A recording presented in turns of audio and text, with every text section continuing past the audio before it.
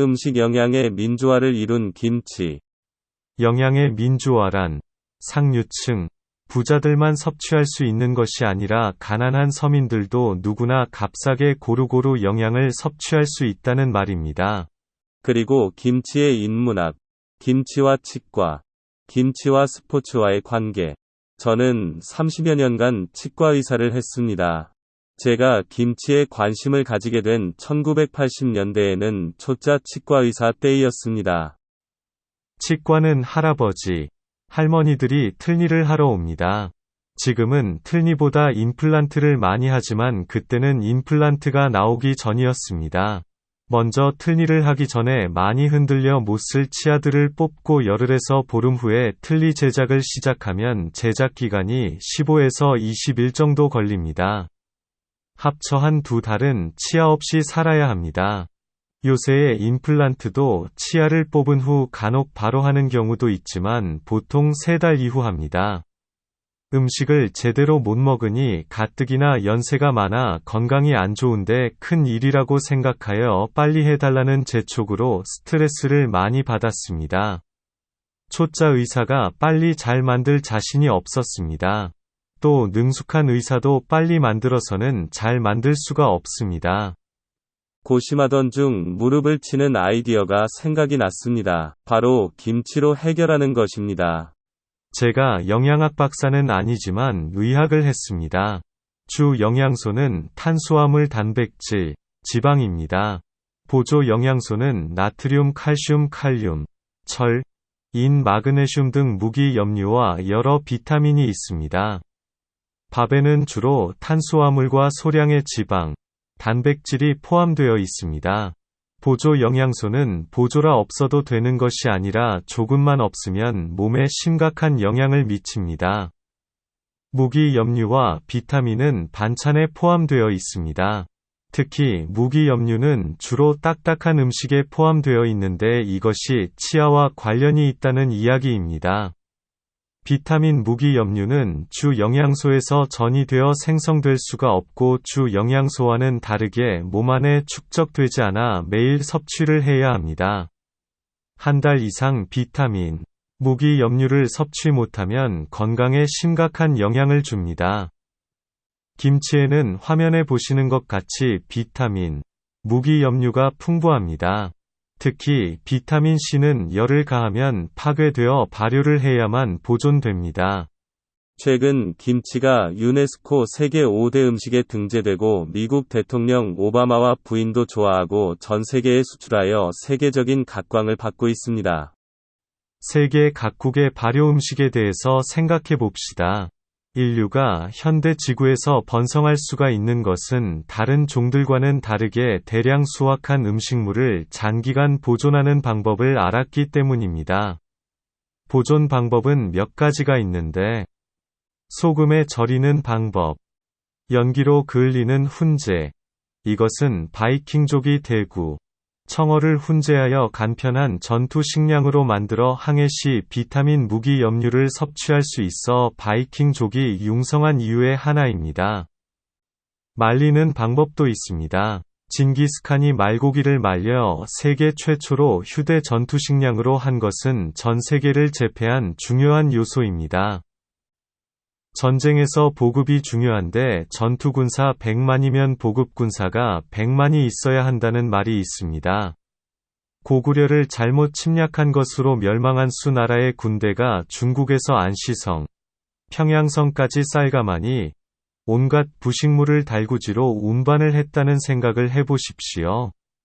이것에 비하면 징기스칸의 말린 말고기, 바이킹의 훈제 대구 청어는 여기에 모든 비타민 무기 염류가 포함되는 것은 아니지만 열을 가해 요리하는 것보다는 많이 보존되어 있습니다. 에스키모족이 날 어류를 먹는 것도 이와 비슷합니다.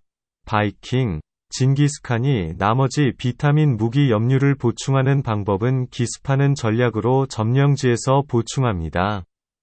바이킹의 배가 다른 배와 모양이 달라 날렵한데 속도가 빨라 기습에 유리합니다. 징기스칸 군대는 기병이라 신속한 기습이 주 전략입니다. 또 하나 중요한 방법이 발효시키는 방법입니다. 세계 각국의 발효식품에 대해서 논해 봅시다. 중국에는 대표적으로 콩으로 발효한 두부가 있습니다. 한국과 일본의 두부는 중국으로부터 유래된 것입니다.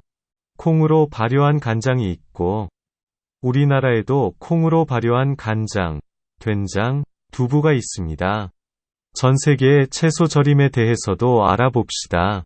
서양에는 오이를 소금, 식초, 설탕에 발효한 피클이 있습니다.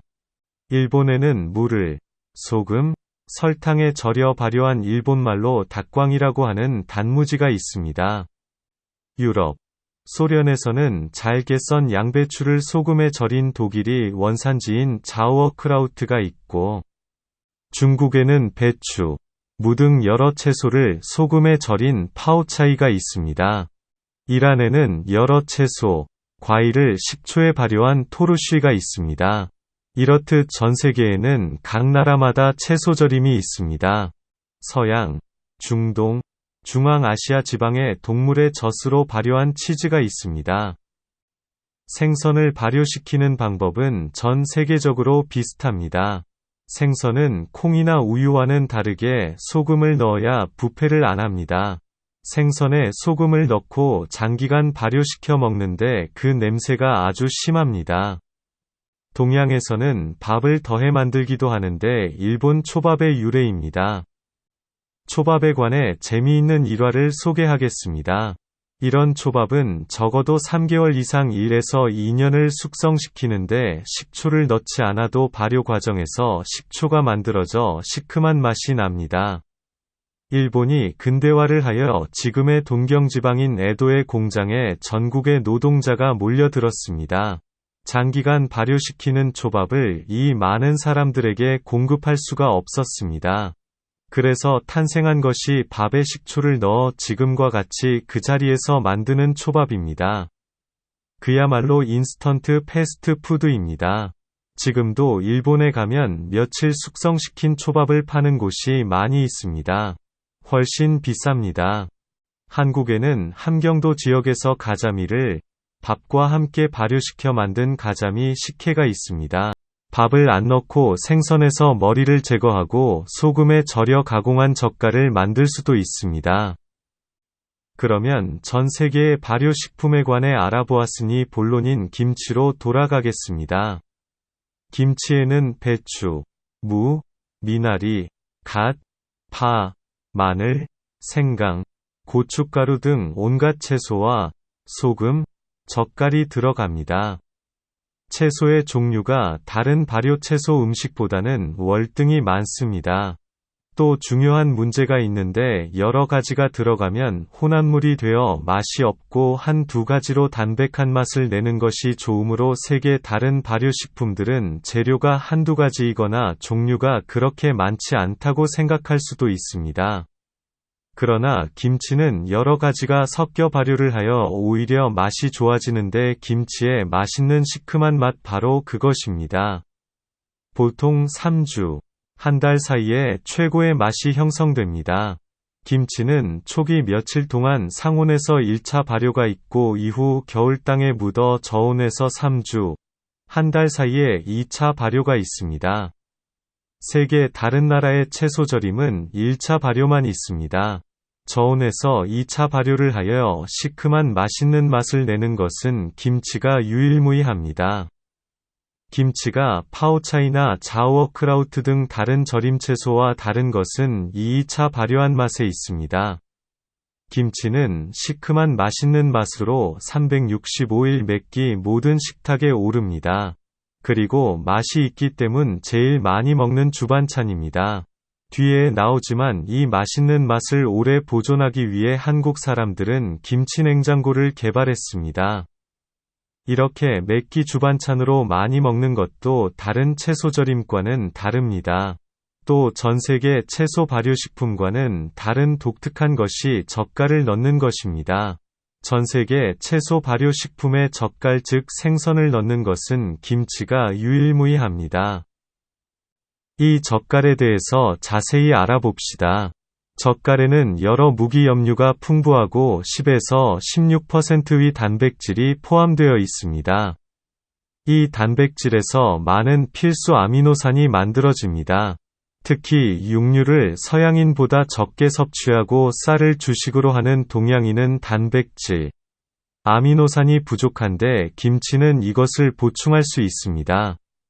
동양의 다른 나라 사람들은 별도로 육류, 생선을 먹어야 하는데 우리나라 사람들은 김치에 다 포함되어 있습니다. 젓갈에는 채소에는 드문 여러 비타민도 함유되어 있습니다. 소량의 지방도 있습니다. 한국 김치가 중국 파오차이, 독일 자오어크라우트 등 세계의 다른 채소절임과 다른 것은 첫째 김치는 파오차이, 자오어크라우트보다 채소의 종류가 월등히 많습니다. 둘째 김치는 세계 채소절임과 다르게 맛을 상당히 중요시합니다. 2차 저온 발효하여 아주 맛있어지는데 이렇게 되어 365일 매끼 식탁에서 주된 반찬의 역할을 합니다. 셋째 단백질, 아미노산. 채소에는 드문 비타민이 다량 함유되어 있는 젓갈이 포함되어 있어 쌀을 주식으로 하고 육류 섭취가 부족한 동양 사람인 한국인에게 단백질, 아미노산, 채소에는 드문 비타민을 쉽게 공급합니다. 옛날에는 이후 씌어져서 맛이 없어졌는데 한국 사람들은 이것도 해결했습니다.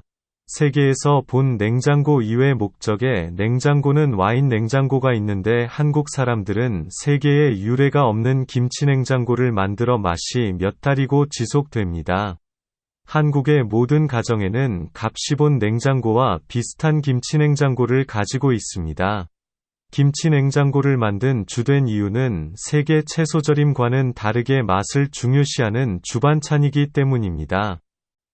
김치의 단점은 젓갈과 소금을 넣어 발효시켜 한국 사람들은 누구나 매일 먹기 때문에 코가 적응하여 냄새가 좋다고 하는데 처음 대하는 사람한테는 냄새에 거부감이 있을 수 있습니다. 그러나 젓갈의 양을 줄이면 됩니다. 아마 오바마 부인도 이렇게 김치를 담글 것입니다. 맛있는 냄새에 옆에 있던 이들이 관심을 보입니다. It's great. It's kimchi fried rice. So it's like rice with kimchi. I've eaten kimchi before. I love kimchi. 화면에 보시는 것 같이 냄새가 정말 좋다고 하지 않습니까? 소금을 넣어 조금 짠 것도 단점의 하나인데 젓갈을 적게 넣게 되면 소금을 적게 넣게 되니 이것도 해결됩니다. 그러나 최근 한국에서는 김치 냉장고를 쓰면 젓갈을 많이 넣어도 소금을 많이 안 넣어 예전처럼 짜지 않습니다. 유럽 사람들도 생선을 1년 동안 발효시켜 냄새가 김치보다 몇 배 고약한 발효청어 통조림인 스웨덴의 수르스트레밍까지 만들어 먹는 것을 보면 단점이라고도 할 수 없습니다. 김치는 여기에 견주면 아무것도 아닙니다. 전 세계의 모든 발효식품과는 비교가 안 되는 영양학적으로 반찬의 황제입니다. 그래서 유네스코 세계 5대 식품에 선정된 것입니다. 김치의 영양학적인 우수한 면도 소개했으니 서두에 틀리 빨리 만들어 달라는 할아버지 할머니들을 김치로 해결한 것을 소개하겠습니다. 사람이 건강을 유지하려면 주 영양소와 특히 보조 영양소인 비타민 무기염류를 여러 반찬에서 치아로 씹어 섭취해야 합니다. 치아가 없으니 어떻게 해야 되겠습니까? 제가 무릎을 친 아이디어가 바로 이것입니다. 김치 국물에 모든 영양소가 녹아 있다는 것입니다. 짬으로 물로 희석하면 됩니다. 즉 밥을 물 말아 먹고 김치 국물을 먹으면 됩니다. 그러나 김치 국물은 곧 없어지니 김치를 믹서기로 갈면 됩니다. 저의 유년기, 청소년기인 50, 60, 70년대에는 우리나라 국민소득이 500불도 안 되는 시대입니다. 고기, 생선, 여러 채소 반찬을 먹을 수가 없었습니다. 특히 대부분의 집에서 겨울에는 지금처럼 비닐하우스가 없어 싱싱한 채소류로는 주로 김치 깍두기만 먹었습니다. 그러나 영양실조가 걸린 사람이 전혀 없습니다. 부모가 자유당이라 부잣집도 마찬가지입니다. 학교 도시락 반찬에 밥하고 김치만인 학생이 많았습니다. 저의 집은 중산층이라 멸치볶음, 콩조림, 간혹 오뎅 졸인 것, 두부 부침, 일주일에 한두 번 정도 계란 후라이였습니다. 소시지는 부잣집 아이들만 싸왔죠. 할아버지 할머니들은 이 시대를 누구보다 잘 알기 때문에 제 얘기를 이해하고 실천하여 다음부터는 빨리 만들어달라는 재촉이 싹 없어졌습니다. 참 김치가 다방면으로 쓰입니다. 김치가 문헌에 처음 등장한 것은 기원전 중국 삼국지의 의지 동의전입니다. 삼국지란 흔히 잘 아시는 조조, 제갈량, 유비, 장비, 관우 등이 나오는 중국 삼국시대의 역사서입니다. 삼국 중 위나라의 책인데 동의전이란 의미는 동쪽 오랑캐에 관한 글이라는 뜻입니다. 중국 한족이 아니면 다 오랑캐라고 칭하는데 동쪽에 있는 우리나라, 거란, 말갈족, 여진족 등이 포함됩니다. 여기에 고구려, 부여에 관한 기록이 있는데 고구려인은 채소를 먹고 소금을 이용하며 젓갈 담그기에 능하다. 고구려, 부여 사람은 저 음식을 잘 만들고 활을 잘 쏘는 민족이다라는 대목이 있습니다. 라는 것은 담근다라는 뜻입니다. 김치를 가리키는 말입니다. 활을 잘 쏘는 것이 지금의 양궁이 전 세계를 제패하는 것과 무관하지 않습니다. 기원전부터 김치가 있었으니 참 전통이 있는 음식입니다. 이렇게 세계에 유례가 없는 영양식품을 우리 민족은 어떻게 만들 수 있었을까요? 제가 김치에 관한 모든 책을 다 봤으나 왜 우리 민족만 만들었는지에 대한 연구는 보질 못했습니다. 발효식품 김치를 만든 주 목적이 혹한의 겨울, 고구려 부여의 거주지인 만주, 북한에서 비타민C를 섭취하려는 것입니다.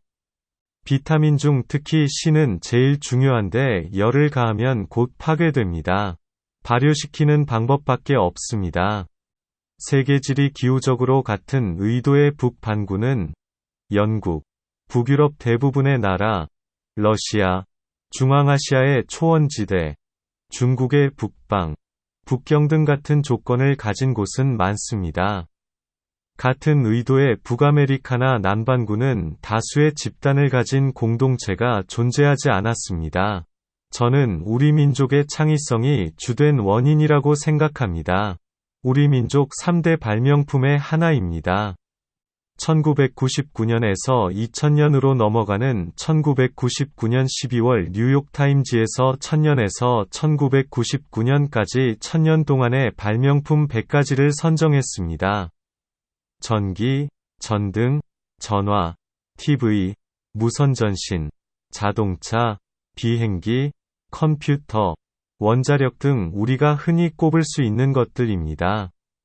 어떤 것이 1등이 되었을까요? 구텐베르크의 활자인 쇠술입니다. 저도 처음에는 의아스러웠는데 곰곰이 생각해보니 일리가 있었습니다.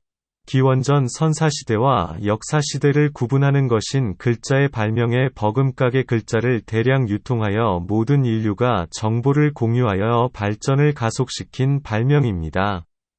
지금의 인터넷보다 한 수 위의 발명입니다. 활자인 쇠술은 고려시대 직지심경이 구텐베르크보다 훨씬 앞섰다는 것은 모두 잘 아실 것입니다.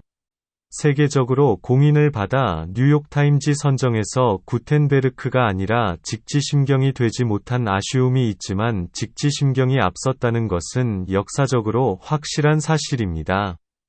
직지심경이 구텐베르크보다 가치가 떨어지는 점은 활자인 쇠술은 간편하게 대량으로 글자를 찍어내어 정보를 공유하는 것인데 안타깝게 직지심경은 산속 사찰의 일부 스님들만 봤다는 것입니다. 구텐베르크의 인쇄술은 그때 마침 유럽에서 개신교 종교개혁이 일어나 독일의 루터가 라틴어로 되어 카톨릭 신부들만 보던 비싼 성경을 쉬운 독일어로 번역하여 대량으로 싸게 일반 신자들에게 유포하여 종교개혁이 성공한 이유 중 하나가 되었다는 것입니다. 직지심경이 다만 대량으로 유통되지 않았다는 아쉬움이 있지만 우리나라도 그때 종교개혁과 같은 사건이 있었으면 널리 보급이 되었을 것입니다. 이런 세계 최대의 발명을 한 우리 민족이 얼마나 창의적입니까? 세종대왕이 창제하신 한글은 세계에 몇 안 되는 창제자와 창제일이 명확한 표운문자입니다. 문자의 종류는 크게 두 가지로 표운문자와 표운문자가 아닌 문자로 상형문자나 고대 이라크의 매듭문자, 쇠기 문자 등으로 구분합니다. 대표적인 표운문자는 한글과 알파벳, 아랍 문자 등이 있습니다. 상형문자는 한자, 이집트 문자가 있습니다. 표운문자인 알파벳이나 아랍 문자 등은 한글과는 다르게 창제자와 창제일이 명확하지 않고 몇 세기에 걸쳐 만들어진 것입니다. 알파벳의 역사는 고대 페니키아 문자에서 시작하여 그리스로 넘어가 히람 문자가 더해지고 로마 시대에는 로마자가 더해지고 다음 유럽으로 가 라틴 문자가 더해져서 오늘의 알파벳이 되었습니다. 여러 나라를 떠다니다가 자연적으로 형성된 것입니다. 반면 한글은 세종대왕이 주관하여 집현전 학자들과 같이 일정한 기간 동안 만든 것입니다. 세계에서 한글에 대해 극찬하는 내용을 소개하겠습니다. 세계적인 언어학자 시카고대 교수 제임스 맥콜리는 1966년 미국 언어학회 기관지 랭귀지에 세계에서 가장 과학적이고 위대한 글자인 한글을 전 세계 언어학계가 찬양하고 한글날을 기념하는 것은 매우 당연하고 타당한 일이다. 한글은 세계에서 가장 우수한 문자다라는 글을 발표하였습니다. 당시 맥콜리 교수는 세계 최고 권위의 언어학자였기에 한글에 별 관심이 없었던 학자들도 왜 그토록 한글을 격찬했는지 알아보기 위해 한글을 공부했답니다. 마이크로소프트의 워드가 알파벳을 쓰지 않는 세계 모든 국가에서 높은 점유율을 보입니다. 그러나 우리나라에서는 아래 한글이 있어 다른 나라처럼 높지 않습니다. 참고로 중국이나 일본 사람들은 한자를 컴퓨터 자판으로 어떻게 치냐 하면 중국, 일본말을 영어로 바꾸어 칩니다. 예로 일본 사람들은 도시락을 벤또라고 하는데 영어로 benddio라고 바꾸어 자판에서 칩니다. 영어로 바뀐 것을 따로 공부해야 합니다. 일본 사람들이 우리나라를 무시하는 경향이 있는데 일본의 언어학자들은 한글을 그렇게 부러워합니다. 전 세계에서 한글날처럼 공휴일인 나라가 있습니까? 예로 한자날이라고 중국이 공휴일로 하면 전 세계가 얼마나 조롱하겠습니까? 그러나 앞에서 언급했듯이 맥콜리 교수는 우리가 한글날을 기념하는 것을 매우 당연하고 타당한 일이다라고 했습니다. 세계 최고라는 표현을 썼는데 이유가 있습니다. 직지심경과 구텐베르크의 기술은 똑같습니다. 단지 직지심경이 앞섰다는 것이죠. 한글과 같은 표운문자인 알파벳, 아랍 문자가 있습니다. 그러나 김치는 세계에서 비슷한 것을 찾아볼 수가 없습니다. 서양은 주영양소는 밀가루로 만든 빵과 고기를 먹고 동양은 밥을 먹습니다. 보조 영양소 섭취를 위해 여러 가지 반찬과 채소 과일을 먹습니다. 특히 서양은 디저트로 채소와 과일을 꼭 먹습니다. 여기에서 비타민, 무기 염류를 섭취하여 건강을 유지할 수 있습니다. 그러나 반찬이나 채소 과일은 비싸 부자들만 풍족하게 먹을 수 있고 서민들은 균형 잡힌 식생활을 못합니다. 특히 겨울에는 서양에도 그때는 비닐하우스가 없었으니 부자들도 비타민C 섭취가 어렵습니다. 영양의 민주화란 다시 강조하면 상류층, 부자들만 섭취할 수 있는 것이 아니라 가난한 서민들도 누구나 값싸게 고루고루 영양을 섭취할 수 있다는 말입니다. 우리나라 사람들은 서민들도 밥에 김치 한 가지만 먹으면 모든 비타민, 무기 염류, 단백질 아미노산까지 섭취가 되니까 음식 영양이 얼마나 민주화가 되는 것입니까? 우리나라 국민들은 부자가 아니라도 모두 건강하여 체력이 좋아 앞으로 설명할 여러 가지 국제 스포츠에서 진가를 발휘하게 됩니다. 김치와 스포츠와의 관계를 분석해 보았습니다.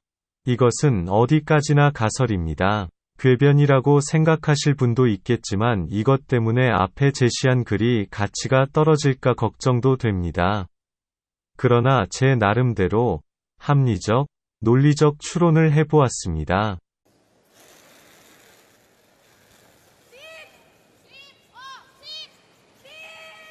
몇 년 전 평창 동계 올림픽 컬링의 갈릭 걸스들은 참 대단했습니다. 갈릭이란 말은 영어인데 마늘이란 뜻입니다. 컬링 선수 고향이 경북 위성으로 마늘이 많이 나는 곳으로 유명합니다. 동계올림픽은 오래전부터 선진국의 무대입니다. 돈이 많이 든다는 얘기입니다. 컬링의 스톤은 시발국인 스코틀랜드산 스톤으로만 만들어 하나에 몇백만원 합니다. 이제 갓 선진국에 진입한 한국에서는 어려운 일이었습니다. 의성 시골의 촌 여자들이 반과 후 특별활동으로 몇 년 쳐서 몇십 년 친 세계 강호들과 겨룰 수 있는 종목이 아닙니다. 그러나 보시지 않으셨습니까? 안경선배가 영미영미하며 아쉽게 결승전에서 스웨덴에게 패해 준우승했습니다. 저는 보면서 줄곧 김치와의 연관을 생각했습니다. 우리나라는 영양이 민주화가 되어 시골 여자들도 체력이 누구나 좋습니다. 특히 섬세하게 컨트롤하는 종목 컬링, 골프, 양궁에서 탁월합니다. 균형 있는 식생활로 균형 잡힌 신체가 된 것입니다. 부자 서민 가릴 것 없이 국민 누구나 그렇기 때문 특히 단체 운동에 더 빛을 발합니다. 여자 골프는 단체 운동이 아니지만 대신 전세계 여자 골프 대회에서 탑10의 단체 운동 같이 5-6명이 이름을 올립니다. 한국 여자 골프는 세계 골프사에 유례가 없을 정도로 LPGA를 석권하고 있습니다. 렌즈 선수와 리디아고 참 이런 펫 들어가는 거는 정말 모두 예상치 못했던 펫인데요. 참 우승을 하려면 저런 운도 따라줘야 돼요. 하다못해 이민간 선수들도 뉴질랜드를 대표하여 세계 1위가 된 뉴질랜드의 리디아 고가 있습니다. 오늘 티샷은 너무 좋은 이민지 선수입니다. 약간 오른쪽이네요. 같은 벙커 아닌가요? 호주에 이민지가 있습니다. 양궁은 어떻습니까? 서양에서는 부자들 중에서도 일부 체력이 좋은 사람들만 세계적인 선수가 됩니다. 우리나라는 모든 국민 중 체력이 좋은 사람의 모집단이 굉장히 많은 것이죠. 미국에서 일부 예외인 것은 있습니다. 마이클 조던 등 가난한 흑인 선수들이 스포츠에서 빛을 발하는데 흑인들의 선천적인 우수한 체력과 지금의 미국은 예전부터 부자 국가로서 먹는 것은 가난한 흑인들도 잘 먹습니다. 100m 단거리의 우사인 볼트는 열대지방인 자메이카 민족의 탄력 있는 근육에서 나온 것입니다. 마라톤에서 아프리카 흑인들이 세계를 제패하는데 아프리카 고산지대에 살아 심폐 능력이 선천적으로 좋은 것입니다. 핸드볼은 섬세하게 컨트롤하는 운동은 아닙니다. 체력이 좋아 몸싸움하여 밀리지 않아야 합니다. 우리나라 여자 핸드볼은 동양에서 유일하게 서양의 체력 좋은 여자들과 대결하여 뒤지지 않는데 민첩하게 비집고 들어가 슛하는 것이 가히 일품입니다. 약한 체격을 민첩성으로 만회를 하는 것이죠. 체격 작은 여자들이라면 일본, 중국 여자들도 있는데 일본, 중국 여자 핸드볼은 세계 무대에 명함도 못 내밉니다. 민첩한 것이 다 김치 덕분입니다. 그러면 남자들도 잘 해야 하는데 여자들에는 못 미칩니다. 그런 이유는 남자는 모든 스포츠에서 힘이 더 중요합니다. 예로 골프에서 남자들은 장타자가 유리합니다. 그러면 남자 컬링은 힘으로 하는 것이 아니니 우리나라 남자들도 모두 김치를 먹으니 잘 해야 하는데 그렇지 않죠.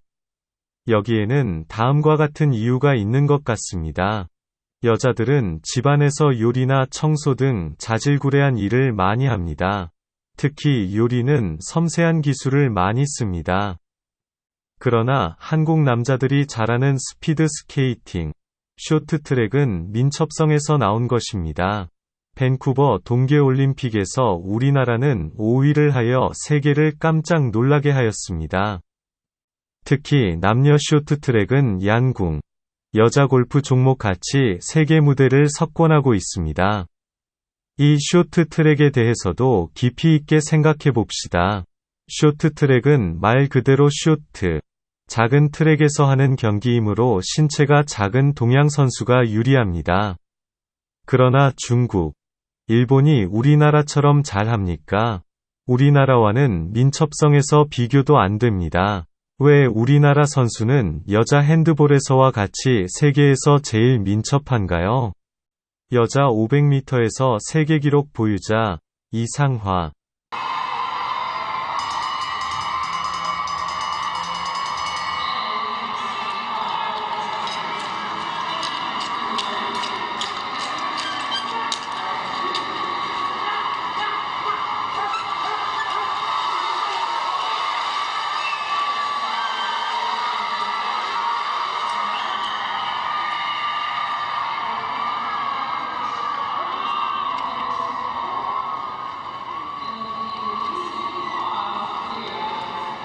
밴쿠버 올림픽에서 우승한 피겨의 김연아도 있었지만 남자 500m에서 우승한 모태범,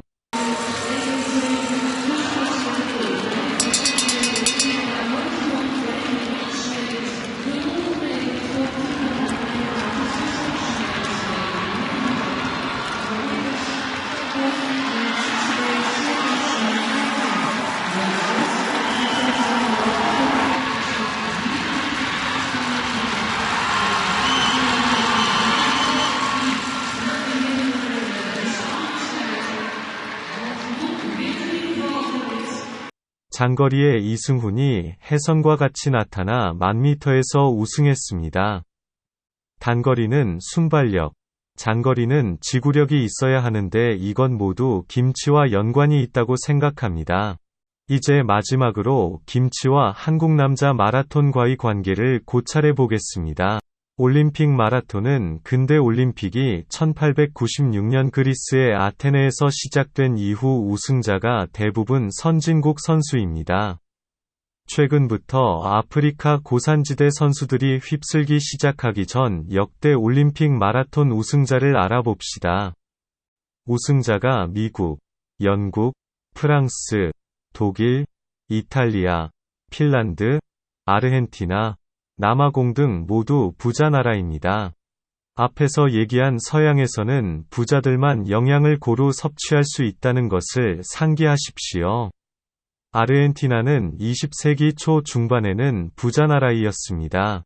남아프리카 공화국 선수들은 다 백인 선수입니다. 남아프리카 공화국 백인들은 부자입니다. 최근에 고산지대 아프리카 빼고 유일하게 못 사는데 우승한 나라는 1936년 송기정, 1992년 황영조밖에 없습니다. 1992년의 우리나라는 이제 막 중진국으로 진입할 때이지 선진국은 아닙니다. 지금의 그리스는 우리보다 못 살아 국민소득이 2만 불 정도 되는 중진국이지만 3만 불이 우리보다 먼저 되었습니다. 1896년의 그리스는 잘 사는 나라였습니다. 체코, 포르투갈은 OECD에 가입한 중 선진국입니다. 체코는 공산화된 이후로 중진국이 되었지만 그 전에는 공업이 발달한 선진국이었습니다. 못 사는 나라가 하나도 없습니다. 마라톤은 지구력이 필요한 운동으로 지구력은 균형 잡힌 신체이어야 합니다. 100kg 역기를 드는 힘쓰는 운동이 아닙니다. 모든 체육 종목을 잘하는 소련은 유독 마라톤은 못합니다. 왜냐하면 소련은 부자 나라가 아니기 때문입니다. 아시아에서 유일하게 마라톤을 잘하는 나라는 한국과 일본인데 일본은 예전부터 선진국입니다. 중국, 인도는 그렇대 인구가 많은데 유명한 마라톤 선수가 있습니까? 우리는 1936년 못 살던 시대에 벌써 송기정이 있었는데 아시아의 모든 못 사는 다른 나라들은 송기정 같은 선수 한 명도 없습니다. 올림픽에 버금가는 보스턴 마라톤 대회에서 1947년 51회 이전까지는 모두 서양의 부자 나라에서만 우승했는데 서윤복이 동양인 최초로 세계 신기록을 세우며 우승했고 1950년 보스턴 마라톤 대회에서는 함기용, 송기륜, 최윤칠이 1, 2, 3등을 하여 세계 마라톤 역사상 전무후무한 기록을 남겼습니다. 1947년 50년에는 우리나라가 찢어지게 가난할 때입니다. 김치와 스포츠의 상관관계를 논해보았습니다. 혹자는 무리하게 갖다 붙인 것이다. 오버한다. 궤변이라고 생각하실 수도 있지만 우리나라 여자 핸드볼, 여자 골프, 양궁, 남녀 스피드 스케이팅, 쇼트트랙, 여자 컬링, 남자 마라톤이 전 세계에서 전무후무하게 두각을 나타내는 원인을 합리적, 과학적으로 분석한 것을 보지를 못했습니다. 단순히 우리나라 사람들이 체력이 좋다, 잘났다. 이것은 비과학적이고 국수적입니다. 왜 그런가를 밝히고 다른 나라 사람들은 왜 안 그런 이유를 비교 설명해야 하지 않습니까? 이 동영상의 분석은 궤변이 아닙니다. 합리적, 과학적, 실증적으로 분석한 것입니다. 김치 말고는 명쾌하게 설명할 수 있는 다른 원인을 찾을 수가 없습니다.